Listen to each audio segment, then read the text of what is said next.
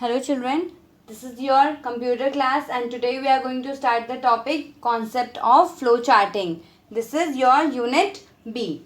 Okay, so let's see what is flowchart. A flowchart is a pictorial representation of an algorithm.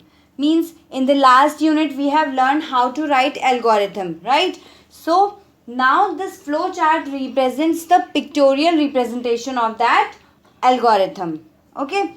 It is helpful in understanding a complex process, means difficult processes, whatever you have to perform, difficult steps. This flowchart is very helpful as comparison to this algorithm. This is especially true when you have to make decisions and perform different steps onto it. Means this flowchart is very helpful or giving true conditions when you have to make some decisions and you have to do different steps depending on those decisions. Okay. Now children, let's see how to make flowchart. So flowchart is being made with different symbols. Okay. There are specific symbols which you have to use while making your flowcharts.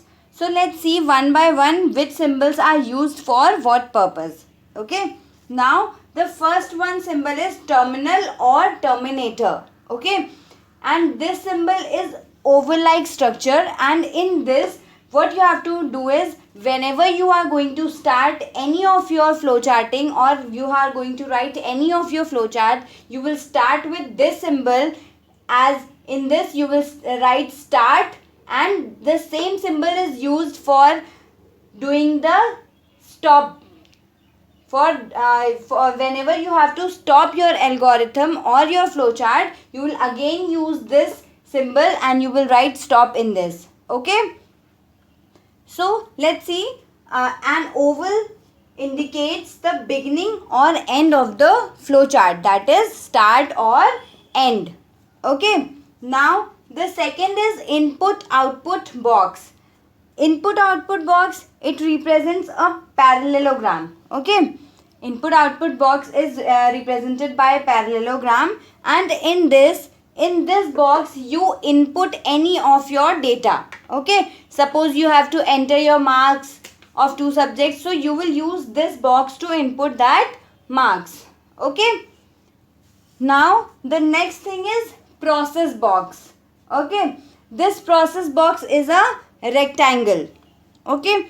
And this rectangle indicates an action or step in the flowchart. Means whatever marks or in numbers you are inputting over here, so in this box that process functioning will be performed when you will write any of the situation in this box. Suppose you have to add 2 numbers which you have entered over here, so adding function, the sum is equals to a plus b, whatever will be the condition you will be writing over here. Okay.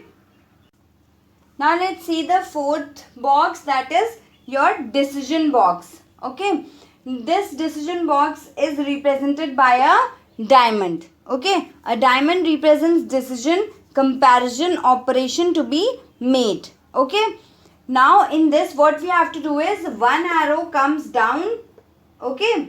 And 2 arrows are coming out. Okay. One you have to input over here, and see here 2 arrows are made. One for yes condition and one for no condition. So basically this box is used for creating conditions. In this you create conditions such as one answer should be yes and the other answer should be no. Okay. Now this last is this arrows. These arrows play very important role in flowcharting, as it tells where you have to input the data and which arrow will be telling you for the output. Okay.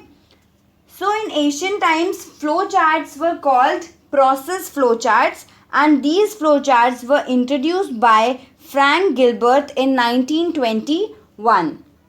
Now let's see rules of drawing a flowchart. Means how to start and stop your flowchart. Okay, so let's see some rules. Rule 1 is we have every flowchart. Whenever we are making any flowchart, every flowchart must have one start and one stop bubble. Okay, it is very important. The second rule is a path in a flowchart is the sequence of steps from start to stop. Okay, a path in a flowchart is the sequence of steps that is from start to stop. Okay, all paths begin from start. All paths begin from start and should be ended or should reach to stop bubble. Okay. Now let's see rule number 3. Rule number 3 is the questions in the decision box should be framed in a way that it gives either yes answer or no answer. Okay. Now rule number 4 is decision box must have two flow lines coming out of it. One for yes and the other for no. Okay. Now the rule number 5 is you have to input the necessary variables. In rule number 6, the process of calculations and assignments are being performed. And the rule number 7 is same indentation should be used for start and stop box. That means a flowchart should have a straight structure. Now let's see what are click charts. Okay. ClickCharts diagram flowchart software. It is one specific software through which we can draw our flowcharts. Okay. So let's see, ClickCharts diagram flowchart software is a freeware and user-friendly program. This is a freeware and user-friendly programs and in which we can draw any type of flowcharts and many other types of drawings as well, such as UML diagram, ER diagram, data flow diagrams. Okay, and it is drawn very easily through this software. So that's all for today, students, and if you have any doubts you can ask me to clear it. Okay, till then take care. Bye bye.